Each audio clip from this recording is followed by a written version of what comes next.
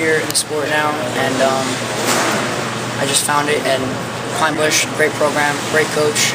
I won't be here without him. So that's why I love diving. Before this, I was in gymnastics, so I was like for pretty much my whole life. Then I left gymnastics because it didn't interest me, and I found that there was diving here, and yeah, Chris brought me to the top.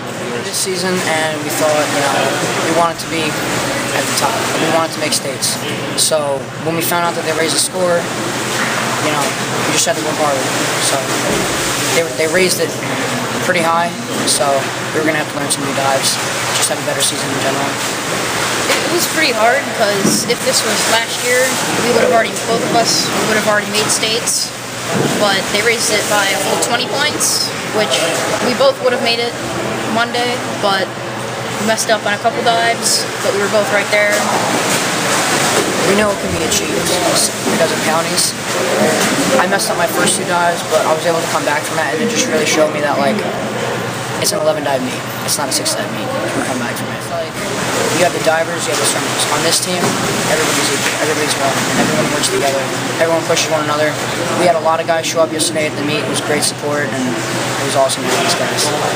I feel like every other team that I see, the swimmers never show up to any of their meets. On every single one of our 11 dive meets, we've had at least somebody, whether or not it was Kevin and Andy over there, or some of the swimmers, including last year, somebody always showed up.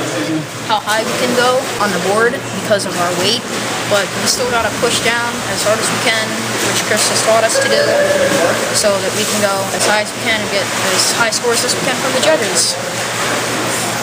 Being our size, it's going to be a lot harder to get high scores. That just means you have to clean up the dives. You just have to do them better, We're not going to use that as an excuse.